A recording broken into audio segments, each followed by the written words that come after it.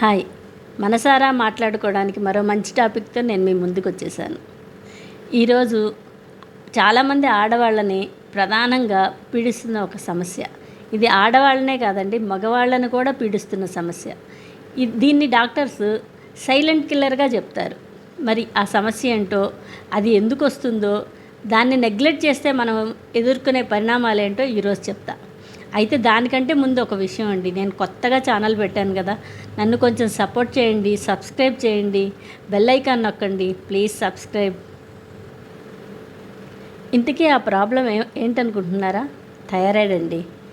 ఈ థైరాయిడ్ నాకు వచ్చింది. యాక్చువల్గా నాకు వస్తే నేను దాన్ని రీసెర్చ్ చేసి దాని గురించి తెలుసుకొని ఆ విషయాలన్నీ మీతో పంచుకోవడానికి ఈరోజు మీ ముందుకు వచ్చాను. థైరాయిడ్ చాలామంది ఆడవాళ్ళకి మాత్రమే వస్తుంది అనుకుంటారు. అది అపోహ అండి. మగవాళ్ళకి కూడా వస్తుంది థైరాయిడ్. ఈ ప్రాబ్లం అందరికీ, ఆడవాళ్ళకి మగవాళ్ళకి అందరికీ వచ్చే ప్రాబ్లం. అయితే మనకి సహజంగా ఏమనుకుంటామంటే ఇది ఆడవాళ్ళకి మాత్రమే వచ్చే ప్రాబ్లం అనుకుంటాం. థైరాయిడ్లో 2 టైప్స్ ఉంటాయండి, హైపోథైరాయిడ్, హైపర్ థైరాయిడ్. హైపోథైరాయిడ్ అంటే మనకి బరువు పెరగడము, అలసట రావడము. అసలు దీన్ని ఎలా హైపోథైరాయిడ్ అని మనం ఎలా అంటే టీఎస్హెచ్ అని థైరాయిడ్ టెస్ట్లో అది ఎక్కువ ఉంటుంది, T3 T4 తక్కువ ఉంటుంది. అలా టెస్ట్లో కనుక కనబడితే అది హైపోథైరాయిడ్. అదే టీఎస్హెచ్ తక్కువ ఉండి T3 T4 కనుక ఎక్కువ ఉంటే అది హైపర్ థైరాయిడ్ అంటారు.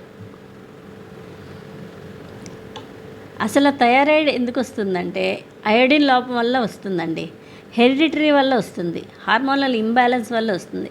హార్మోనల్ ఇంబ్యాలెన్స్ కూడా ఆడవాళ్ళల్లో చాలా వరకు ప్రెగ్నెన్సీ ముందు, ప్రెగ్నెన్సీ తర్వాత, మోనోపాజ్ టైంలో, ఈ టైంలో ఎక్కువ వస్తుంది.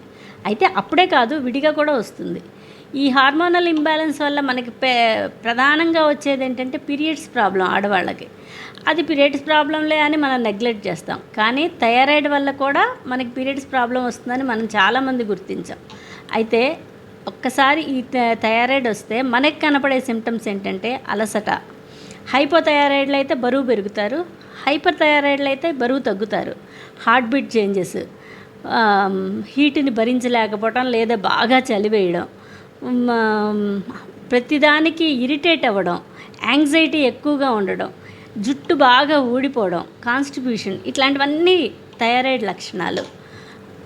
అయితే ఈ థైరాయిడ్ని మనం గనక నెగ్లెక్ట్ చేస్తే ఏమేమి ప్రాబ్లమ్స్ వస్తాయో ఇప్పుడు నేను చెప్తా. ఈ థైరాయిడ్ని మనం నెగ్లెక్ట్ చేస్తే కనుక బాగా బరువు పెరిగిపోతాము, కొలెస్ట్రాల్ లెవెల్స్ పెరుగుతాయి, హార్ట్ ప్రాబ్లమ్స్ వచ్చే ఛాన్సెస్ ఉన్నాయి, ఇంకా మెమరీ లాస్ అవుతుంది, కాన్సన్ట్రేషన్ పవర్ తగ్గుతుంది. ఇది కాకుండా ఇంకా ఎక్స్ట్రీమ్కి వెళ్ళిందనుకో సమ్టైమ్స్ కోమాకు కూడా వెళ్ళే స్టేజ్ ప్రాబ్లం ఉందండి ఈ థైరాయిడ్ని కనుక నెగ్లెక్ట్ చేస్తే. ఈ థైరాయిడ్ని మనకు ఉంది అని అంటే మనం అవాయిడ్ చేయాల్సిన ఫుడ్స్ కూడా కొన్ని ఉన్నాయి. అవేంటంటే క్యాబేజ్, క్యాలీఫ్లవర్, అన్ని దుంపలు, ముల్లంగి, ఇంకా బ్రొకోలీ, ఇంకా అన్ని ఈ processed foods, cool drinks, noodles, ఇవైతే అందరూ అవాయిడ్ చేయాలనుకోండి. అఫ్కోర్స్ బయట పానీపూరీలు ఇట్లాంటివి అయితే అందరూ అవాయిడ్ చేయాలి, నాట్ ఓన్లీ థైరాయిడ్ పేషెంట్లు. అయితే థైరాయిడ్ పేషెంట్స్ అసలు టచ్ చేయకూడదు అనమాట. ఇంకా చెప్పాలంటే టీ, కాఫీ కూడా తాగకూడదండి. కానీ మనలో చాలామందికి టీ, కాఫీ అనేది ఒక సెంటిమెంట్. పొద్దుటే దాన్ని తాగకపోతే మనం అసలు బతకలేనిట్లు చాలామంది ఉంటారు. సో అట్లాంటి వాళ్ళు అట్లీస్ట్ కంట్రోల్ చేసి రోజుకు ఒక్కసారి తాగుతూ ఉండండి. అయితే థైరాయిడ్కి మనం మస్ట్గా డాక్టర్ మెడిసిన్ దగ్గరికి వెళ్ళి ట్రీట్మెంట్ అయితే తీసుకోవాలండి. ట్రీట్మెంట్ అయితే నెగ్లెక్ట్ చేయడానికి వీల్లేదు. ఎటువంటి పరిస్థితుల్లో డాక్టర్ పర్యవేక్షణలో మనం మెడిసిన్ తీసుకోవాలి. వాళ్ళు ఇచ్చిన డోసుల ప్రకారం వాళ్ళు పెంచితే కొన్నిసార్లు పెంచుతారు, కొన్నిసార్లు తగ్గిస్తారు. అకార్డింగ్లీ మన థైరాయిడ్ పొజిషన్ని బట్టి వాళ్ళు ట్రీట్మెంట్ ఇస్తారు. దాన్ని అయితే మనం ఆపకూడదు.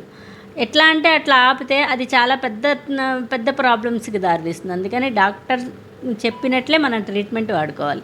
అయితే ఆ థైరాయిడ్ తగ్గడానికి మనం ఇంట్లో కూడా కొన్ని హోమ్ రెమెడీస్ ఉన్నాయండి. ఆ రెమెడీస్ ఏంటో ఇప్పుడు నేను చెప్తా.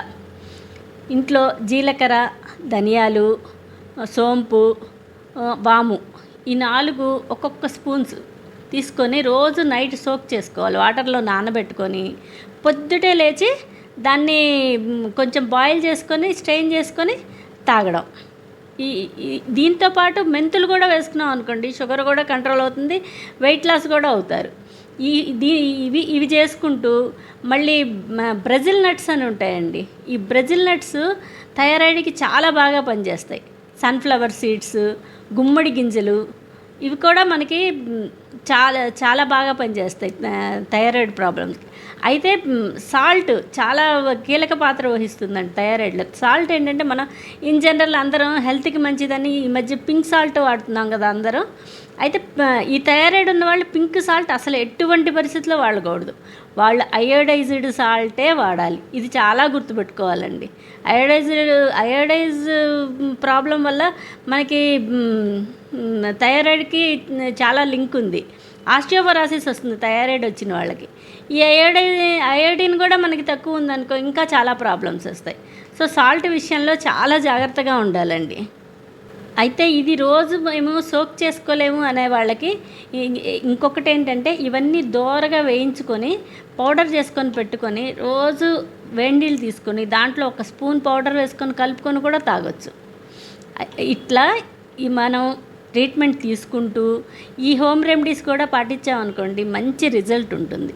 సో ఇవి పాటిస్తూ మనం థైరాయిడ్ని కంట్రోల్లో పెట్టుకున్నాం. మరో మంచి విషయంతో మళ్ళీ మీ ముందుకు వస్తాను.